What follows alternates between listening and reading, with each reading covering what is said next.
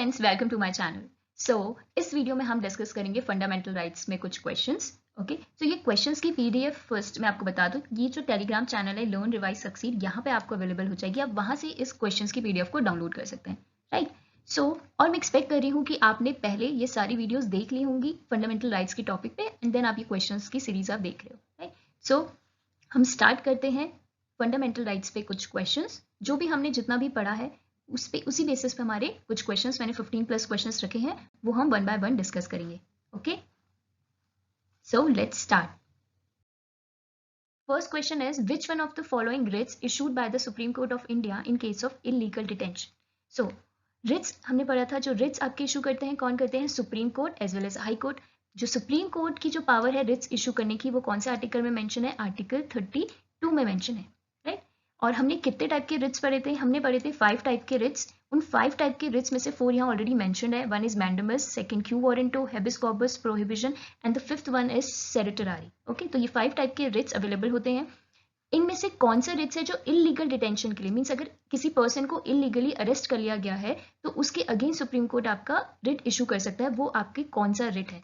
वो आपका है हेबिस कॉर्पस, आपका ऑप्शन नंबर 3। तो option number 3 is correct. Habeas corpus आपका कब इशू होता है? जब किसी पर्सन को इलीगली डिटेन कर लिया जाता है, राइट। आई थिंक आपको चीज़ें याद हो, आप रिकॉल कर पा रहे होंगे जो भी हमने चीज़ें पढ़ी हैं, ठीक है। तो करते हैं हम next question. Next question is which article of the Indian Constitution granted complete equality of man and woman? जहां मैन और वुमेन की कंप्लीट इक्वालिटी की बात कही है, वो कौन सा आर्टिकल है, राइट। तो जैसे इक्वालिटी की बात आपको याद आना चाहिए कि हमने राइट टू इक्वालिटी के अंदर कौन कौन से आर्टिकल्स पढ़े थे? आर्टिकल 14, 15, 16, 17, 18। तो उनमें से कौन से आर्टिकल से जहां equality of man and women की बात होती है? तो वो है आपका article 15 and 16। Article 15 is prohibition of discrimination on the basis of sex. So जो जेंडर बेसिस पे डिस्क्रिमिनेशन है वो आपके आर्टिकल 15 में बोला गया है। आर्टिकल 16 में आपका क्या बोला गया है? Equality of opportunity in matters of public employment. So public employment में भी आपका कोई डिस्क्रिमिनेशन ना हो, अपॉर्चुनिटीज में भी कोई डिस्क्रिमिनेशन ना हो, सो वो आपके आर्टिकल। सो यहाँ पे इक्वालिटी की बात करिए for both man and women. So answer is option number C, right. Next, third is the monopoly of East India Company on Indian trade is completely abolished by the, ये 4 option है, Charter act of 1813, Charter act of 1833, Charter act of 1893। ये D option है, none of the. So question को discuss करते हैं। तो ये मैंने अभी टॉपिक डिस्कस नहीं करा, ये क्वेश्चन मैंने इसलिए आपका ये डाला है सो दैट कि आपको मैं बता दूं कि हम जो नेक्स्ट टॉपिक्स, जो हम अपकमिंग वीडियोस में जो टॉपिक्स होंगे, वो एक टॉपिक उनमें से ये होगा जिसमें हम डिस्कस करेंगे कि आपके जब ब्रिटिश रूल आपका चल रहा था तो किस किस टाइप के आपके एक्ट्स उन्होंने इशू किए थे और उनसे क्या क्या चेंजेस आपके सिस्टम में आए थे, वो हम डिस्कस करेंगे। तो बस इसका आंसर जान लो कि ये जो आपको पता है ब्रिटिशर्स जब आए थे तो आपकी as a East India Company वो आपकी इंडिया में एंटर करे थे, राइट। तो ईस्ट इंडिया कंपनी, तो जो ईस्ट इंडिया कंपनी जो भी एडमिनिस्ट्रेटिव सिस्टम या जो भी वो ट्रेडिंग करता था, वो चीज़ को एबॉलिश कर लिया गया था। कौन से चार्टर एक्ट से? वो था चार्टर एक्ट 1833। इसको हम डिटेल में डिस्कस करेंगे ये पूरा टॉपिक। तो अभी के लिए इतना है कि option B is correct, charter act of 1833। आते हैं next is the Swaran Singh committee recommended the insertion of which one of the following provisions into the constitution of India. So yes, Swaran Singh committee. So Swaran Singh committee, so आपकी जो committees होती हैं, आपकी जो committees बनती है, पहले आपकी कमिटीज़ या अभी भी कमिटीज़ बनती है, क्यों? कोई भी फॉर एग्जांपल कोई भी कॉन्स्टिट्यूशन में कोई भी मेजर चेंजेस करने होते हैं तो वो डायरेक्टली आपकी गवर्नमेंट यूं ही नहीं कर लेती कि हाँ मुझे चेंज करना है। फर्स्ट वो प्रॉपर तरीके से कमिटीज़ फॉर्म करते हैं, उसमें एक्सपीरियंस्ड लोगों को रखा जाता है और फिर वो उस मैटर पे डिस्कस करते हैं, देन अपनी रिकमेंडेशंस देते हैं कि आप किस तरीके से इसमें चेंजेस कर सकते हो, क्या क्या चेंजेस कर सकते हो। ओके, सो सेम चीज़ एक आपकी स्वरण सिंह कमेटी बनी थी। ये स्वरण सिंह कमेटी आपकी फॉर्म हुई थी 1976 में। ओके, 1976 में ये आपकी फॉर्म हुई थी। उस टाइम पे कांग्रेस पार्टी आपकी गवर्निंग पार्टी थी। तो उसने क्या इनमें से आपके 4 ऑप्शंस दिए गए हैं, इनमें से उसने क्या रिकमेंडेशंस दिया था कि आपके कॉन्स्टिट्यूशन में मेंशन होना चाहिए? First, doctrine of pleasure, B, fundamental duties, C, nomination of Anglo Indian members to the Lok Sabha, D, impeachment of the President of India. So Swaran Singh committee ने रिकमेंड किया था फंडामेंटल ड्यूटीज, आपकी फंडामेंटल ड्यूटीज उन्होंने recommend करी थी, right. सो आपकी जो fundamental duties आपके कॉन्स्टिट्यूशन का पहले पार्ट नहीं थी, इसको कॉन्स्टिट्यूशन अमेंडमेंट एक्ट से इंसर्ट किया गया। और कौन से कॉन्स्टिट्यूशन अमेंडमेंट एक्ट से इंसर्ट किया गया? 42 कॉन्स्टिट्यूशनल अमेंडमेंट एक्ट से इसको इंसर्ट किया गया and the year was 1976, right. तो एज यू नो आपकी कितने फंडामेंटल ड्यूटीज हैं वो आप मुझे कमेंट सेक्शन में मेंशन करेंगे, राइट। तो ये फंडामेंटल ड्यूटीज आपके इंसर्ट करे गए थे 42nd कॉन्स्टिट्यूशन अमेंडमेंट एक्ट 1976 और ये रिकमेंडेशन दिया था स्वरण सिंह कमिटीज ने, ठीक। चलो next question.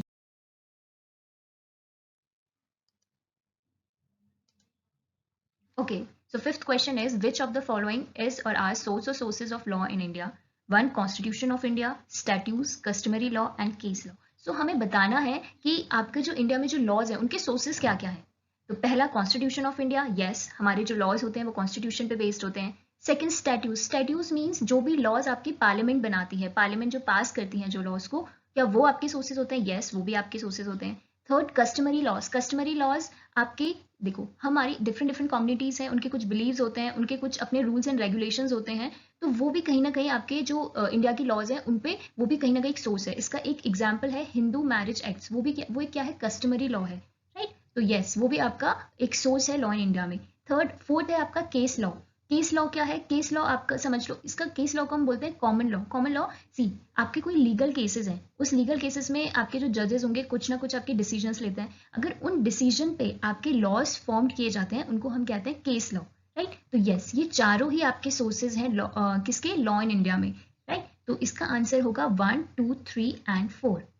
All the 4 are the sources of law in India, right.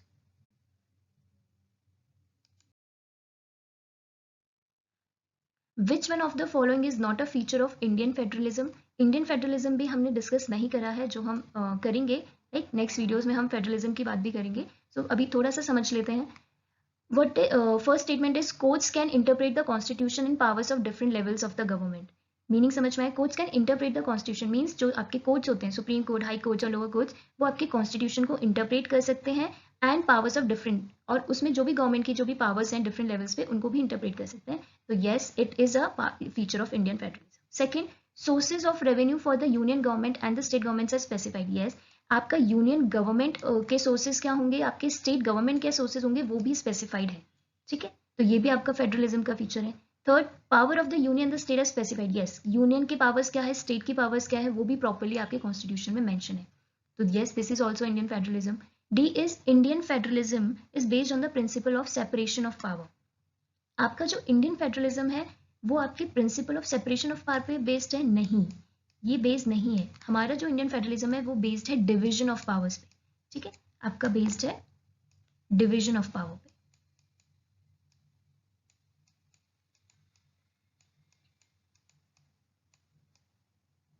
Okay so division of power में आपका बेस्ड होता है। So the correct answer is D. तो नॉट अ फीचर पूछा है तो मींस ये आपके इंडियन फेडरलिज्म का पार्ट नहीं है।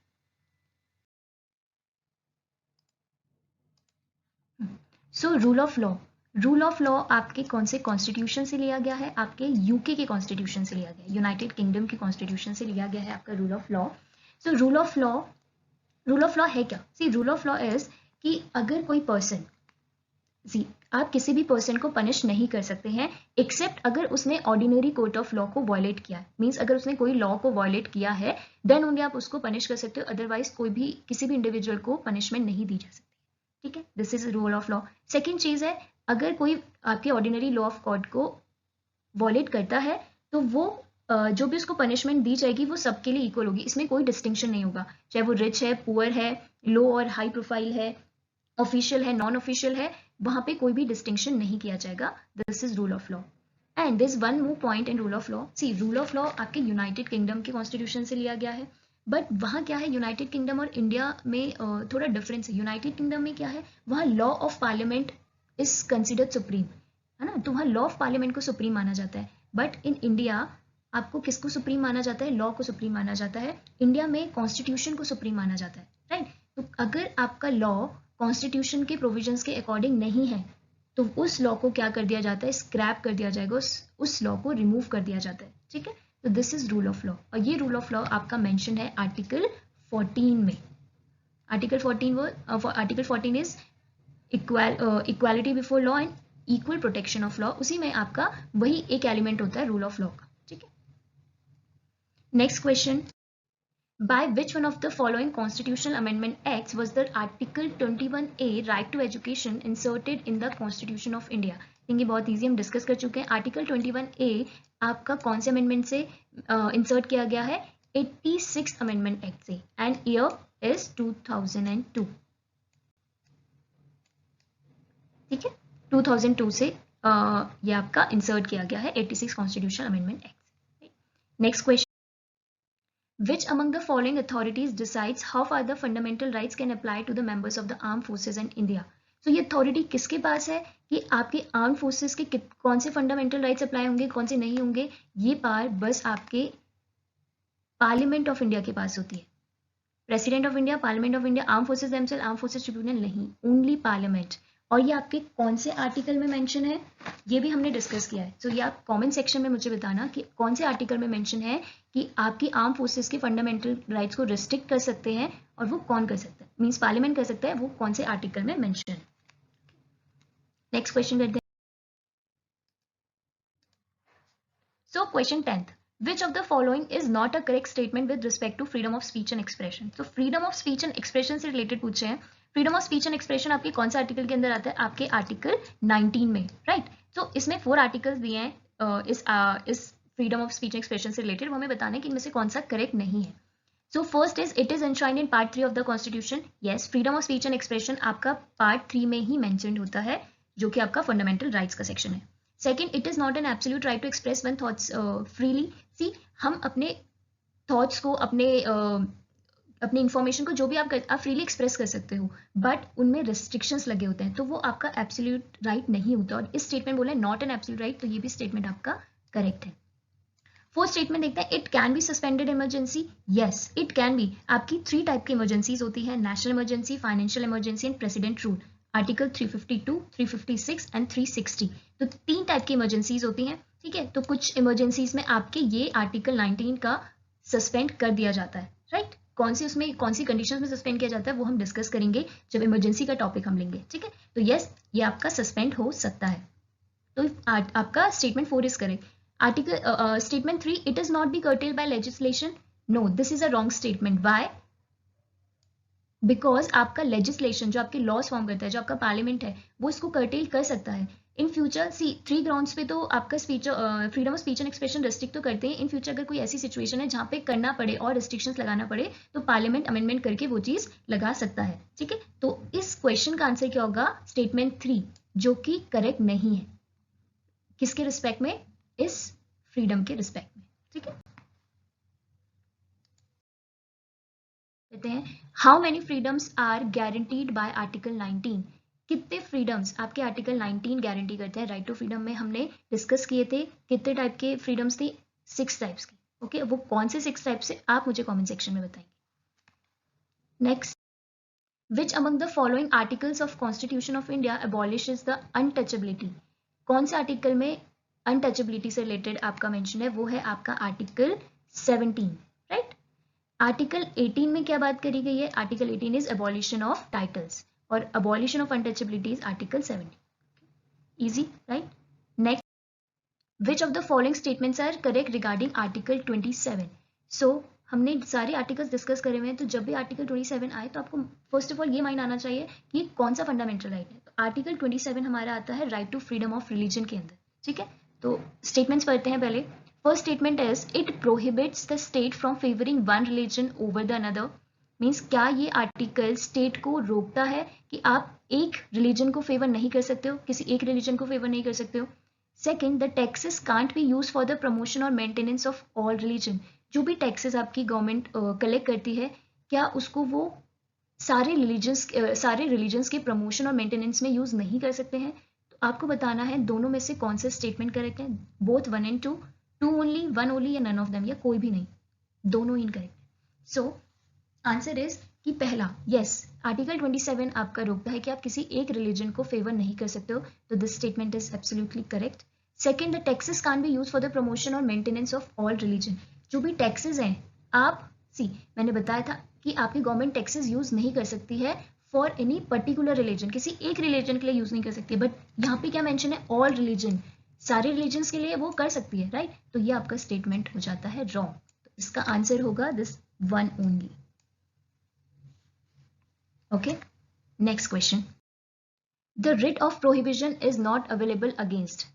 अगेन आपका रिट से एक क्वेश्चन अगेन आया है. रिट ऑफ प्रोहिबिशन किसके लिए अवेलेबल नहीं होता है? ठीक है, किसके अगेंस्ट आप इसे इशू नहीं कर सकते हैं? Quasi judicial authority, administrative authority, legislative body. Okay, so writ of prohibition आपके दो ऐसे रिट्स थे जो आपके क्वासी जुडिशियल और जुडिशियल अथॉरिटी के अगेंस्ट ही आपके इशू करे जाते हैं. ठीक है, तो prohibition, one is prohibition and second is certiorari. ये दोनों आपके बस क्वासी जुडिशियल जुडिशियल बॉडी के अगेंस्ट इशू किए जाते हैं. तो इसका करेक्ट क्या होगा? एडमिनिस्ट्रेटिव अथॉरिटी और लेजिस्लेटिव बॉडी के अगेंस्ट आपका प्रोहिबिशन रिट नहीं इशू कर सकते. तो इसका करेक्ट आंसर होगा 2 and 3. Okay. Next, consider the following statement. The concept of martial law has been borrowed in India from the English common law. Okay, and the second is the expression martial law means the military rule and it has been defined in the constitution. Okay, so हमने martial law पढ़ा था, right? ये martial law आपके कौन से article में mention है? martial law आपका मेंशनड है आर्टिकल 34 में. ठीक है, आपका ये बोरो इंग्लिश कॉमन लॉ से लिया गया है. बिल्कुल करेक्ट, यस. क्या martial law means military rule and has been defined in the constitution? No, it is not defined in the constitution. ठीक है, लिटरल मीनिंग होता है मिलिट्री लॉ, बट वो क्लियरली डिफाइन नहीं है हमारे कॉन्स्टिट्यूशन में. इसका आंसर होगा 1 only. Next, consider the following statement. The writ of mandamus is available not only against judicial authorities but also against administrative authorities. Again, writ पे एक question है, ये आपके लिए होमवर्क है. ओके, आप कमेंट सेक्शन में बताएंगे इस क्वेश्चन का आंसर. ओके, रिट से रिलेटेड कि ये इसका कौन सा ऑप्शन करेक्ट होगा. Option only 1, only 2, both 1 and 2 and neither 1 और नॉट 2. क्योंकि हमने काफी डिस्कस कर लिया है रिट्स के बारे में, तो आई थिंक कि आप आंसर कर लोगे और कमेंट सेक्शन में जरूर बताना. Next, the power of make laws and to give effect to certain specified fundamental rights is vested on. Laws जो पावर है लॉज बनाने की और उनको कुछ अगर आपको कुछ चेंजेस लाने हैं लॉज में या फंडामेंटल राइट्स में, तो ये पावर किसके पास है? पार्लियामेंट के पास, स्टेट लेजिस्लेचर्स के पास, बोथ ए एंड बी दोनों के पास है, नीदर ये दोनों में से किसी के पास नहीं है. तो ये जो पावर है ये आपका है पार्लियामेंट के पास, ओनली विद पार्लियामेंट. और ये आपके आर्टिकल में भी मेंशन है. कौन से आर्टिकल में? आर्टिकल 35. ये आपके आर्टिकल 35 में मेंशन है. Next, this is the last question. So यहाँ पे आपको मैच करना है अगेन रिट्स और उनके ग्राउंड्स. सो हेबिस कॉर्पस है, मैंडेमस है, क्यू वारंटो एंड सेरेटरी.